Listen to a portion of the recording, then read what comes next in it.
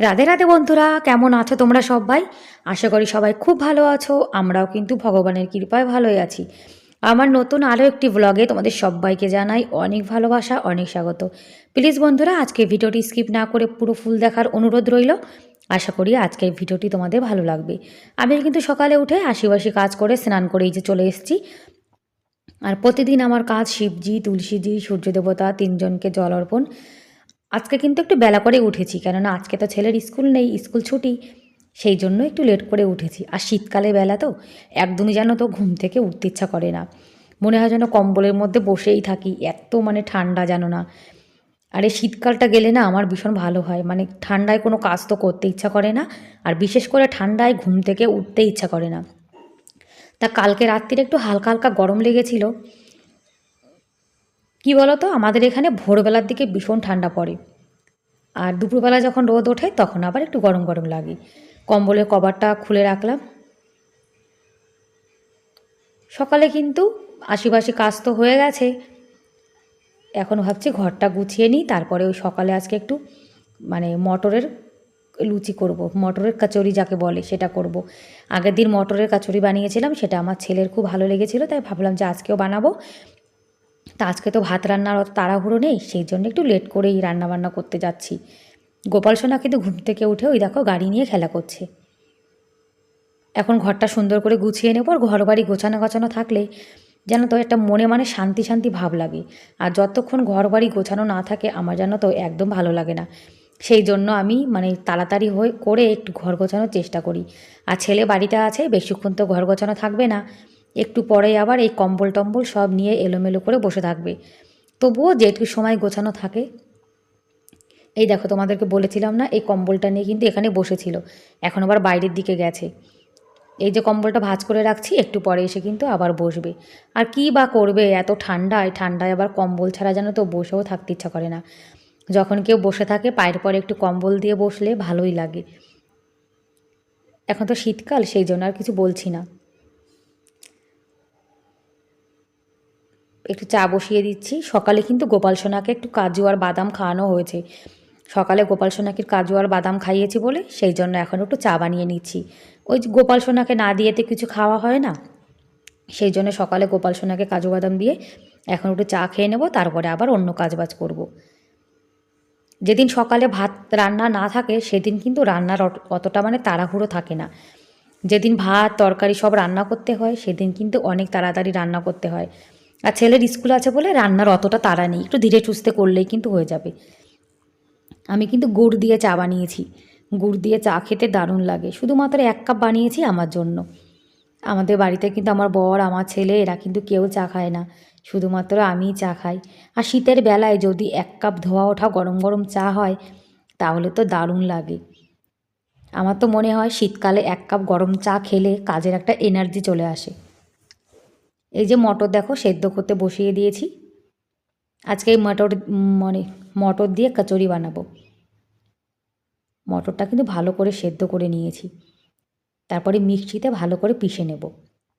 মিক্সিতে পিষে নিলে মটরটা সুন্দর একদম মানে পেশা হয়ে যাবে, একদম মিহি হয়ে যাবে। হালকা একটু ঠান্ডা করে তারপরে কিন্তু পিষে নেব। দেখো কত সুন্দর পেশা হয়ে গেছে। আর এখন আটাটা পরিষ্কার করে নিচ্ছি। আমি কিন্তু যখনই রুটি পরোটা যাই বানাই না কেন, আমি কিন্তু সব সময় পরিষ্কার করে মানে আটাটা তারপরে কিন্তু রুটি বানাই। মটর তো মিক্সিতে পিষে নিয়েছি, আর এখন আটাটা তেল দিয়ে ময়ান দিয়ে নেব। পরোটা হোক কিংবা লুচি, একটু আটা দিয়ে ময়ান দিয়ে নিলে তাহলে কিন্তু দেখবে একটু মানে কি বলবো, সুন্দর টেস্টি হয় আর মুচমুচে টাইপের হয়। হালকা একটু গরম জল দিয়ে তারপরে কিন্তু আটাটা মাখিয়ে নেব। আর এভাবে আলুর পরোটা মানে আলু বলছি কেন, মটরের পরোটা বানালে খেতে কিন্তু দারুণ লাগে জানো তো। আগের দিন বানিয়েছি, আমার বর আমার ছেলে এরা ভীষণ ভালো খেয়েছে। আর পরোটার সঙ্গে খাওয়ার জন্য একটু দম আলু বানিয়েছি। যে মটরটা সেদ্ধ করে পিষে রেখেছিলাম সেটা কিন্তু এখন একটু কড়াইতে ফ্রাই করে নেব, সেই জন্য একটু জিরে ফোড়ন দিয়েছি। আর এখন পিষে রাখা মটরটা দিয়ে এর মধ্যে লবণ, একটু হলুদ, তারপর একটু লঙ্কার গুঁড়ো দিয়ে দেবো। তোমরা চাইলে কিন্তু এর মধ্যে কাঁচা লঙ্কাও দিতে পারো। আমি কিন্তু কাঁচা লঙ্কা দিইনি, লঙ্কার গুঁড়ো দিয়েছি, কেননা আমি না বেশি ঝাল খেতে পারি না। আর এখন এই যে পেস্ট, এটাকে ভালো করে ফ্রাই করে নেব। একটু ধনিয়া আর জিরে পাউডারও কিন্তু দিয়েছি এর মধ্যে। আর পিষে রাখা মটরটা এখন ভালো করে ফ্রাই করে নেব, যাতে এর ভেতরে যে জল জল ভাবটা সেটা শুকিয়ে যায়। জল জল ভাব শুকিয়ে গেলে কিন্তু আপনি আপ দেখবে দলা দলা হয়ে যাবে। আর এখন অল্প অল্প পেস্ট এই যে মটর নিয়ে মুখটা ভালো করে বন্ধ করে দেব। আমরা যেমন করে মানে সব লুচিতে পুর ভরি সেরকম করে কিন্তু মানে পুরটা ভরতে হবে। আর মুখটা ভালো করে বন্ধ করে দিয়ে হালকা করে বেলে নেব। বেশি জোরে বেলবো না, তাহলে কিন্তু মটর ভেতর থেকে বেরিয়ে যাবে। অনেকে কিন্তু বেলে না, এমনি হাত দিয়ে একটু চেপে দিয়ে কচুরি বানায়, কিন্তু আমি একটু বেলে নিয়েছি যাতে ভেতরে কাঁচা কাঁচা না থাকে। আর এখন ভালো করে একটু ফ্রাই করে নিচ্ছি। এটাকে হালকা করে ফ্রাই করতে হবে যাতে ভেতর থেকেও মানে ভাজা হয়ে যায়। অনেক সময় যেন তেলটা যদি অতিরিক্ত গরম হয়ে যায় তাহলে ভেতরে কাঁচা রয়ে যায় আর বাইরেটা কিন্তু পুড়ে পুড়ে যায়। সেই জন্য হালকা তাপে কিন্তু ভাজতে হবে। আজকে কিন্তু আমার পুরিগুলো সব মানে কচুরিগুলো সব কটাই ফুলেছে। আর এরকম কচুরি তোমরা বাড়িতে একদিন বানিয়ে দেখবে, খেতে কিন্তু দারুণ লাগে জানো তো।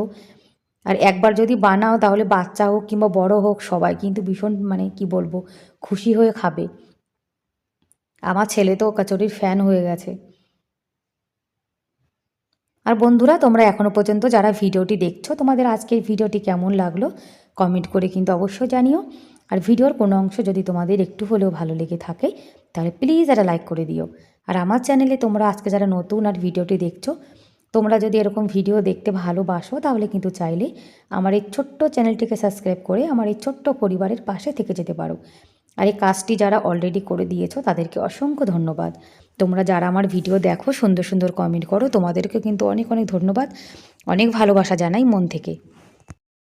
আর এই যে গরম গরম কচুরি, সঙ্গে দম আলু আর এক মগ লস্যি, এটাই হলো আজকে সকালের সেবা। আর এদিকে কিন্তু আমার গোপাল সোনাকেও এই যে কচুরি দিয়ে আজকে সেবা দেওয়া হয়েছে। গোপাল সোনাও কিন্তু আজকে কচুরি খেয়েছে, তুলসী পাতাও দিয়েছি। খাওয়া দাওয়া করে এঁটো বাসন যা আছে সব কিন্তু নিয়ে চলে এসেছি। আর এই থালাটা এত বড়, সিঙ্কে জানো তো একদমই ধরছে না, মানে বড় হয়ে গেছে আর সিঙ্কটা হয়ে গেছে ছোট। এটাতে আটা মাখিয়েছিলাম তো। আর বাসন যে কটা ধুয়ে নিয়ে এসেছি ওটাতে তো গামলায় করে এনেছিলাম, এখন এই ঝুড়িটার মধ্যে বাসনগুলো রেখে দেবো। এই ঝুড়িটার মধ্যে বাসনগুলো রেখে দিলে শীতকালে জানো তো বাসন তো শুকাতে চায় না, আর এটাতে ভালো তাড়াতাড়ি শুকিয়ে যায়। আর গামলার মধ্যে থাকলে একটু দেরি করে শুকায়। বাসন টাসন সব রেখে দিয়েছি। এদিকে কিন্তু গোপাল সোনার জন্য পরে আবার ভাত করেছি, মানে ভাতটা আমার দুপুরে হয়ে যাবে। ভাবছিলাম কারেন্ট আসছে তাহলে একটু ভাতও করে ফেলি। আর কারেন্ট থাকলে আমি জানো তো যতটা সম্ভব একটু কারেন্টে রান্নাবান্না করার চেষ্টা করি। ভাতটা করে রেখে রেখে দিয়েছি দুপুরে খাওয়ার জন্য।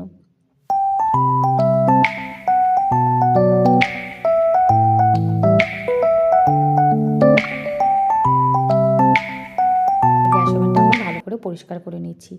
আজকে কিন্তু গ্যাস ওভেনটা বেশি নোংরা হয়নি, কেননা আজকে তো রুটি বানাইনি, কচুরি বানিয়েছি, সেই জন্য গ্যাস ওভেনটা কম ময়লা হয়েছে। রুটি বানালে গ্যাস ওভেনটা সব থেকে বেশি নোংরা হয়ে যায়।